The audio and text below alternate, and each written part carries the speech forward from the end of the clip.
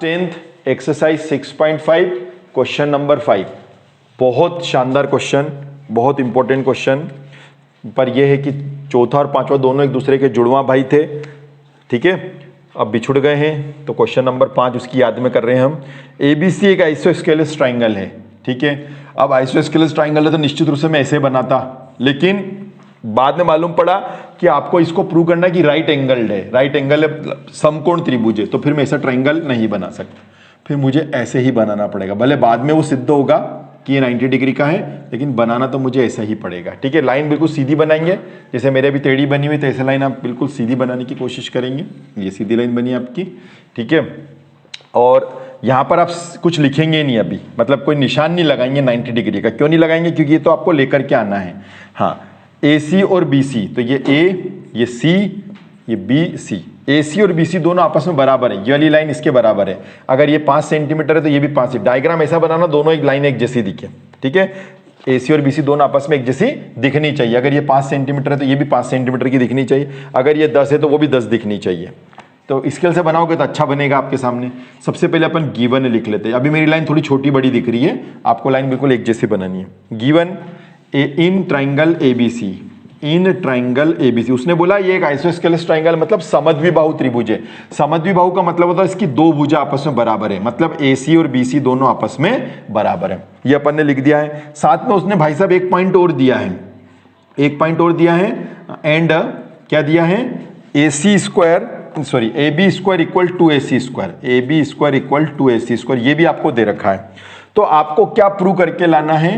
तो यहां पे लिखेंगे अपन टू प्रूव। आपको ये सिद्ध करके लाना है कि ABC is a right triangle. Triangle ABC is a right triangle. Hindi में लिखेंगे त्रिभुज ABC एक समकोण त्रिभुज है। समकोण त्रिभुज है, इसका मतलब आपको 90 डिग्री का एंगल इसमें आएगा आखिरी में चल करके। तो ठीक है, अब अपन स्टार्ट करते हैं। प्रूफ में आ जाते हैं। हाँ भैया, पाइथागोरस लगाने का सोचना भी मत, क्योंकि 90 डिग्री है नहीं कहीं पे भी, और 90 डिग्री नहीं है तो पाइथागोरस को जैसे ही मालूम पड़ा 90 डिग्री नहीं है, पाइथागोरस ने मना कर दिया, मैं तो आऊंगी ही नहीं। हमने कहा वहाँ मत आना, ठीक है, हम तो इसी से काम चला लेंगे। चल भैया तू आ जा, तू आ भैया। तो AB square equal to AC square. तो किसी ने पूछा घर पे जाके बाबूजी ने कि ये कहाँ से ले आए? हमने कहा भाई साहब गिवन में दे रखा बाबूजी, ये देखो गिवन में लिखा हुआ है। अच्छा ठीक है, लिख लो। हाँ, अब ये जो AC है, इस AC के हम दो टुकड़े कर देंगे। कैसे?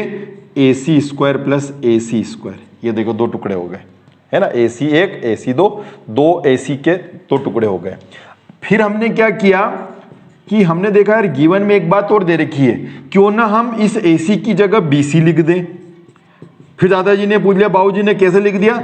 हमने कहा बाबूजी गिवन है AC इक्वल BC, ये दोनों गिवन है। ये गिवन मतलब दिया है ना। गिवन का मतलब दिया है, ये आपको दिया। यहाँ पे भी हिंदी वाले ध्यान रखना, दिया है यहाँ लिखेंगे, है ना।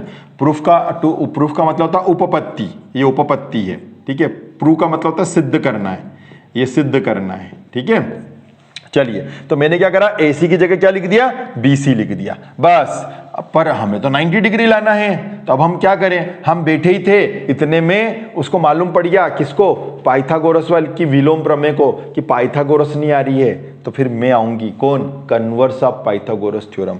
तो यहां पर जो बच्चे कमजोर हैं वो डायरेक्ट ऐसा लिखेंगे, from converse of Pythagoras theorem, ठीक है। हाँ, हिंदी में लिखेंगे पाइथागोरस की विलोम प्रमेय से, पाइथागोरस की विलोम प्रमेय से। ये कमजोर बच्चे लिखेंगे।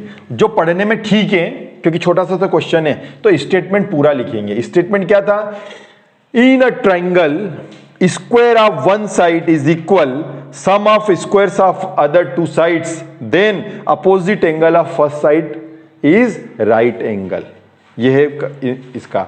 किसी त्रिभुज में एक भुजा का वर्ग अन्य दो भुजाओं के वर्गों के योग के बराबर है, तो पहली भुजा के सामने का कोण समकोण होता है। यह आपको स्टेटमेंट यहां पर लिखना पड़ेगा, कन्वर्स ऑफ पाइथागोरस थ्योरम का। वो यहां पर आप स्टेटमेंट लिख देंगे, और स्टेटमेंट लिखने के बाद तो मैं यहां पर लिख देता हूं स्टेटमेंट ठीक है। तो स्टेटमेंट लिखने के बाद में बस स्टेटमेंट जैसे ही लिखा अपना काम बहुत इजी हो जाएगा और ये क्वेश्चन बहुत, फिर उसके बाद हम लिख सकते हैं 90 डिग्री का एंगल। ठीक है, ये स्टेटमेंट लिख दिया है। किसी त्रिभुज में एक भुजा का वर्ग अन्य दो भुजाओं के वर्गों के योग के बराबर है तो पहली भुजा के सामने का कोण समकोण होता है। In a triangle square of one side is equal sum of squares of other two side then opposite angle of first side is right angle. ये लाइन या तो कमजोर बच्चे ये लिखें और जो पढ़ने वाले बच्चे वो पूरी ये लाइन लिखेंगे। ठीक है, ये लिखने के बाद में फिर आप यहां पे लिखोगे देयरफॉर इस स्टेटमेंट से बड़ी भुजा, पहली भुजा कौन थी? ए बी थी, अभी मैंने रफ कर दिया है ना। पहली भुजा कौन थी? ए बी, उसके सामने वाला कोण कौन होगा? सी। तो आपको यहां पे लिखना पड़ेगा ए सी बी इक्वल 90 डिग्री, ए सी बी इक्वल 90 डिग्री हो गया। ए सी बी तो यहां पे लिखेंगे त्रिभुज ए बी सी एक समकोण त्रिभुज है, समकोण त्रिभुज है।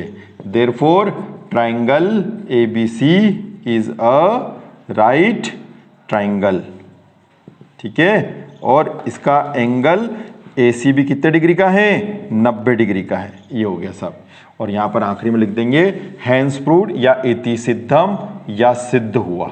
ठीक है, बहुत इंपॉर्टेंट थ्योरम आपके सामने, चौथी और पांचवी दोनों बहुत इंपॉर्टेंट थ्योरम है।